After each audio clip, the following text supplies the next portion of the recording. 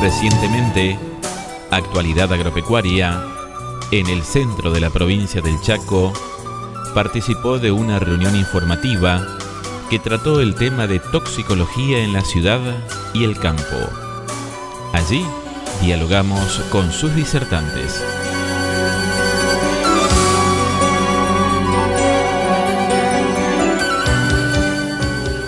Mi nombre es Cecilia Travela, soy médico pediatra y toxicóloga, trabajo en la ciudad de Rosario, en uno de los centros de información y asesoramiento toxicológico de la República Argentina.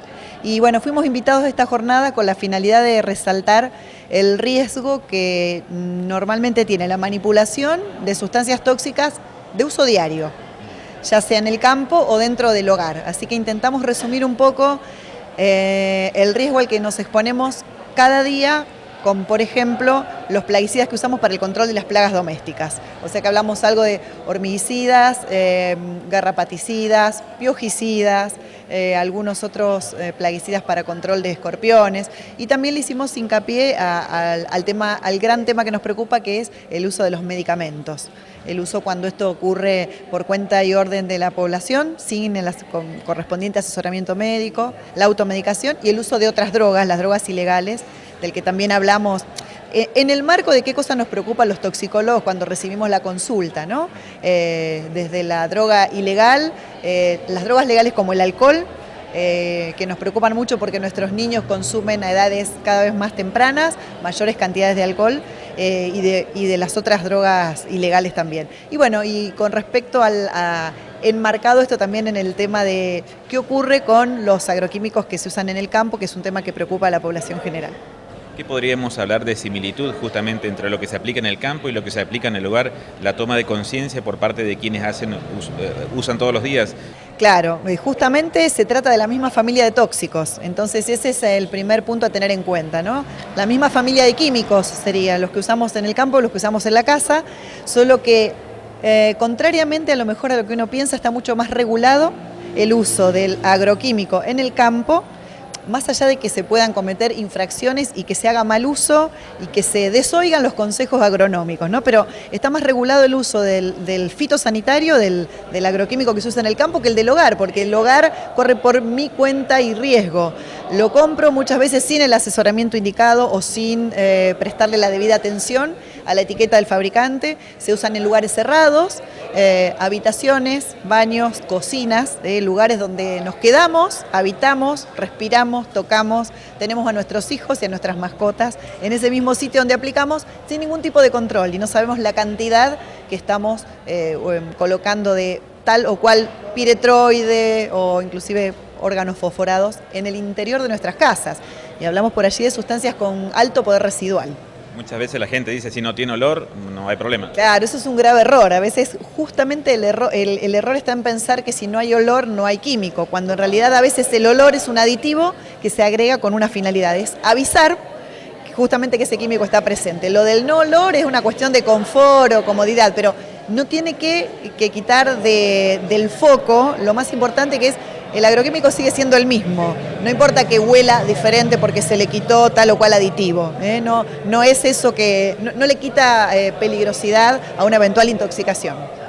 El riesgo en el campo siempre está, pero un poco más controlado también. Sí, está más controlado porque en realidad, porque tenemos al profesional, al agrónomo, que es quien indica, esto no es mi campo en realidad de conocimientos, pero es el agrónomo el quien dice qué cantidad de un agroquímico usar por hectáreas, en qué momento del cultivo, y eso está en cierto modo regulado. Existe la receta agronómica, bueno, y cuando en realidad además hay que sumarle la capacitación que reciben los aplicadores. Después, lógicamente, si uno hace mal uso tanto del producto como de la forma de aplicación, es verdad, por supuesto que pueden ocurrir accidentes y que nadie en ningún momento quiere dejar el mensaje de que los agroquímicos son inocuos, porque no lo son, y evidentemente tiene que coexistir un agroquímico con otras de las formas de lo que se llama manejo integrado de plagas. No es la única herramienta que ofrece hoy la tecnología para el control de las plagas. Es una más y hay que usarla con responsabilidad.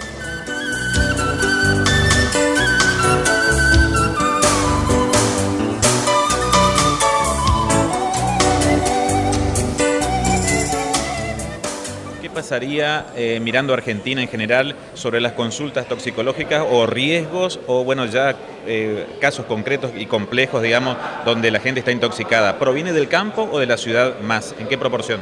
En realidad estábamos recién escuchando los datos de otro disertante, el doctor Fernando Manera, y la Organización Mundial de la Salud coincide en que la mayor cantidad de intoxicados y de consultas provienen de las grandes urbes, de las ciudades, sobre todo cuando las ciudades tienen más de 70.000 habitantes. O sea que evidentemente en esos casos de intoxicación deben coexistir múltiples factores y estamos expuestos a cientos de miles de químicos y nunca es uno solo. Pero esa es la opinión que hoy sostiene la Organización Mundial de la Salud. Provienen más pacientes intoxicados de las ciudades que de las regiones rurales. ¿Cuál sería su principal consejo a la comunidad en general y en especial a la gente del campo? Educarse, consultar. Yo le decía acá a una colega médico del Chaco que aquí no existe un centro de información y asesoramiento toxicológico, que eso acerca a las partes en sí, porque la toxicología es una ciencia que reúne a agrónomos, bioquímicos, médicos, veterinarios, biólogos y, bueno, por supuesto, médicos. Creo que es la premisa ante cualquier patología, primero es saber, buscar de fuentes seguras, contrastar la información. Sería más que preocuparse, ocuparse de buscar información segura. De hecho, en nuestro territorio argentino nosotros tenemos información a la que podemos acceder a través de material de sencilla lectura que ofrece el Ministerio de Salud en formatos de PDF, tanto para qué hacer frente a emponzoñamientos por venenos naturales, monóxido de carbono, arsénico, o sea que hay material accesible. Yo creo que hay que ocuparse más de educar a la población y no hacer por allí tantas declaraciones a veces un tanto irresponsables en los medios de comunicación que a veces asustan a la población en lugar de acercarla a las fuentes, a informarse y a que en todo caso cuando haya dudas que no podemos resolver, buscar juntos, hasta inclusive qué pasa en otros lugares del mundo.